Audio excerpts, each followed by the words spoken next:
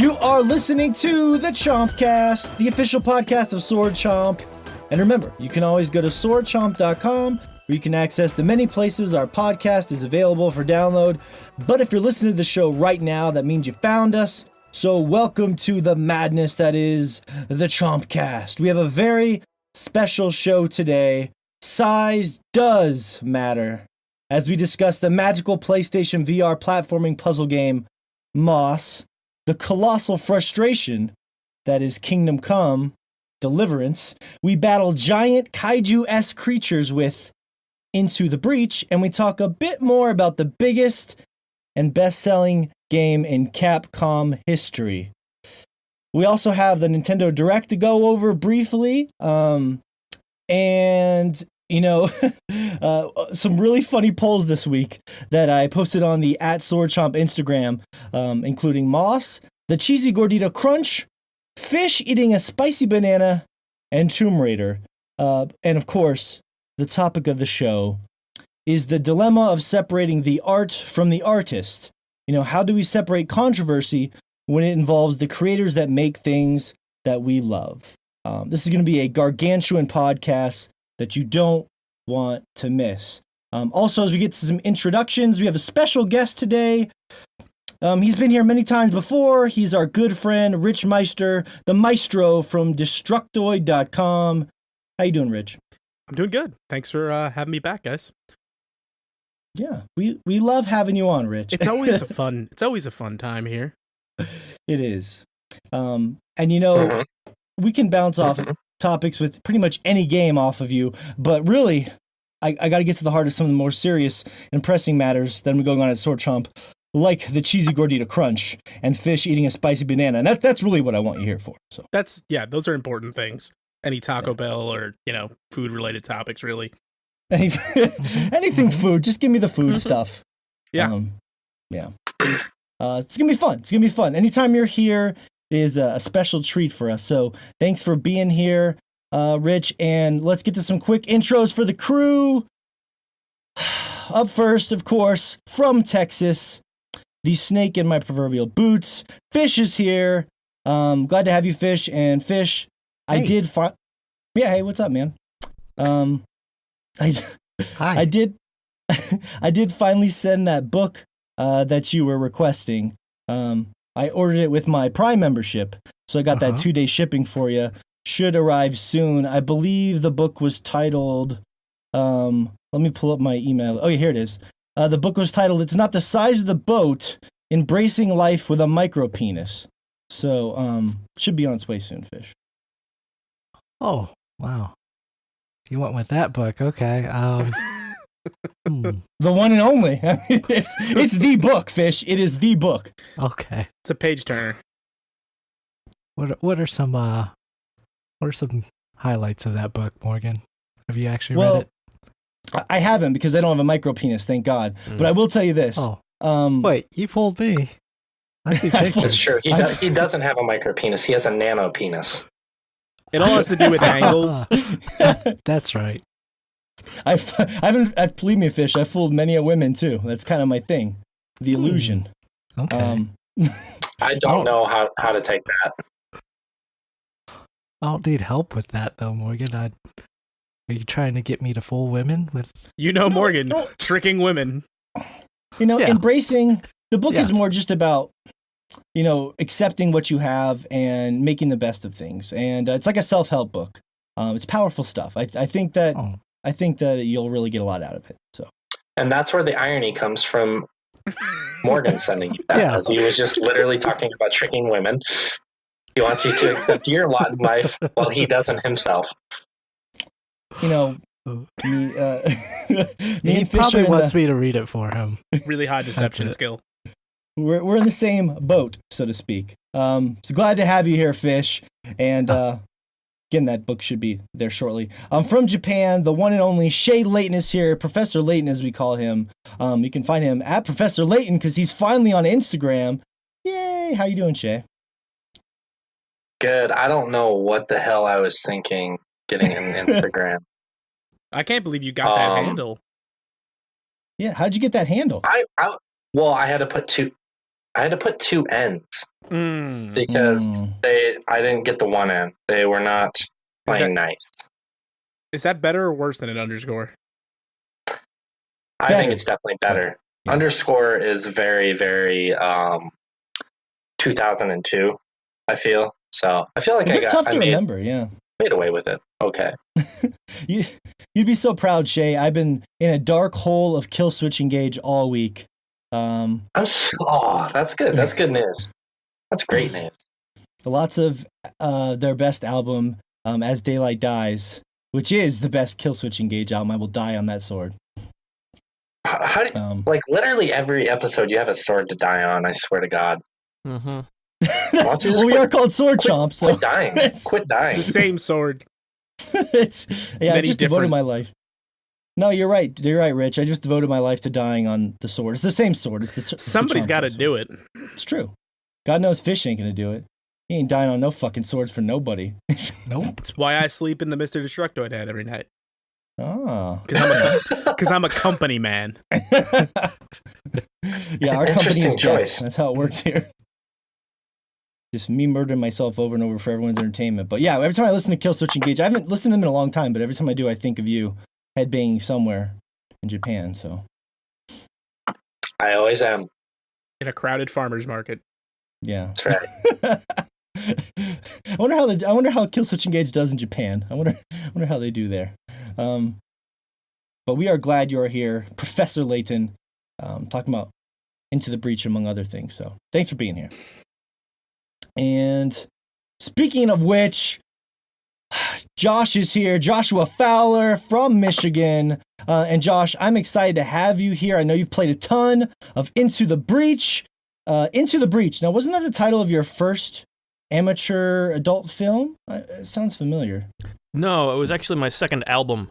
You get those confused an awful lot. The adult film actually has an unsafe for work title, very similar to Into the Breach, but okay. Yeah, okay. No, it gets confused a lot. Maybe it was Into the Breach. It's another B word. Into the bitch. No, that's too derogatory for Josh. Was it britches? I haven't heard that word. Into the It Breaches. was a bestiality porn. No, Shay, you crossed the line again. You crossed it with your crowning jokes, your bestiality jokes. Shay, you line crosser. I'm a habitual line crosser, if you will. Come on, we have a guest here, Shay. We have a special guest with us. How could you do that? It seems I'm sorry fine. for my depravity. He's okay with it. All right, never mind. It's He's par okay for the with it. course. Bestiality is back on the table. Everything's okay. I never thought those words would come out of my mouth. Bestiality's back. That's your on slogan the for table. 2018. Sword Chomp 2018. No. Bestiality's back on the table. And I will die on that sword if I have to. God, I hope all this gets edited out. No, stop. And it won't. It won't. And of course, I am Morgan Barnes from Montana. Pretty cool this week, guys. My big story before we get going. I got engaged to my fiance a couple days ago. It's a good person to get Pretty engaged crazy. to. Woo! Yeah, I know, right? I'm proud of you. I thought about getting You're engaged halfway to to being able to correctly call her your wife. That's true.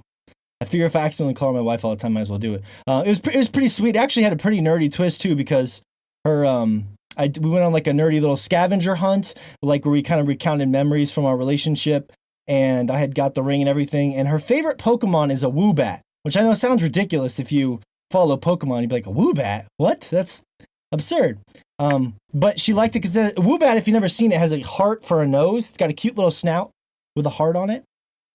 And when we started dating, she wanted to try Pokemon for the first time to see what my fandom was all about.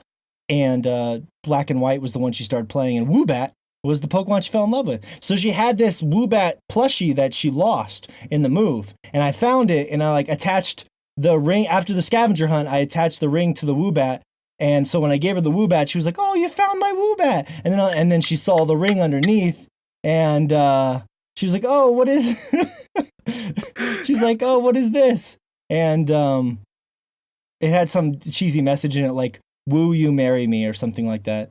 And it was pretty amazingly cheesy, but great. And so that's it. I'm on the road to being a married man again.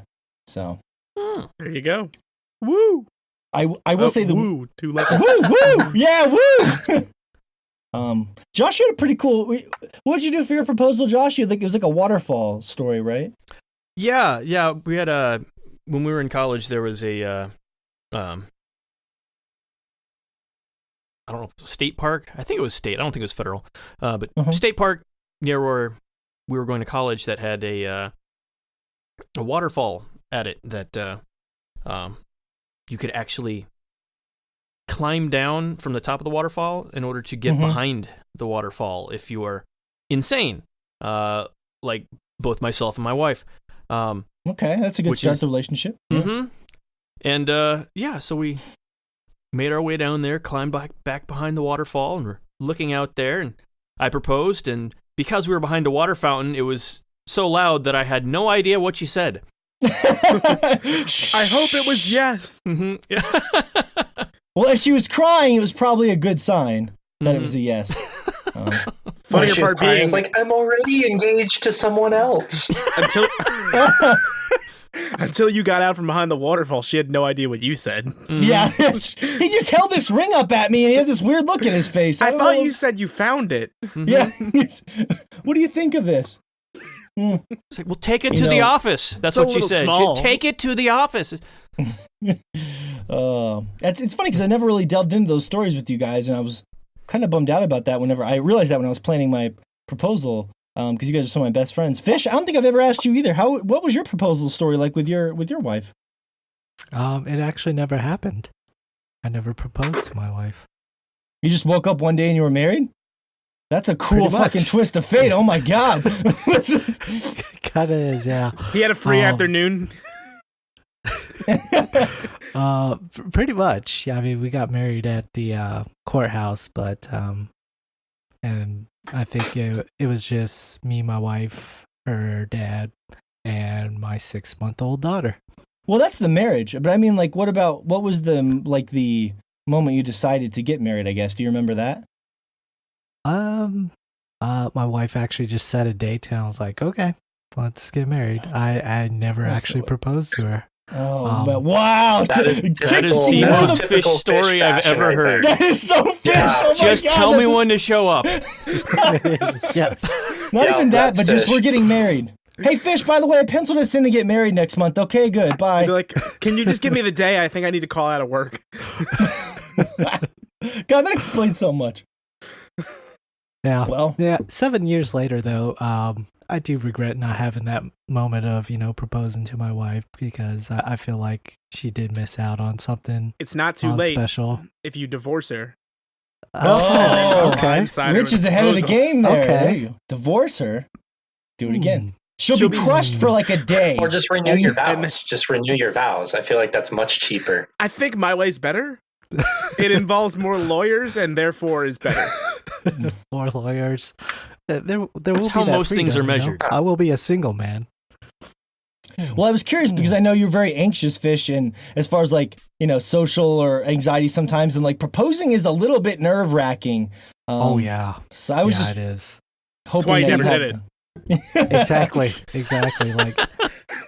Honestly, I did think about it, and I was like, oh, where should be the right place to do it? And I thought about our first place that we really spent a lot of time and got to know each other, and it was it's a flower or the gardens here in Fort Worth, and it just has a bunch of flowers, roses, all They are sorts pretty, of stuff, ponds and stuff like that, and that was a place where I thought I would end up proposing her to, but it never happened.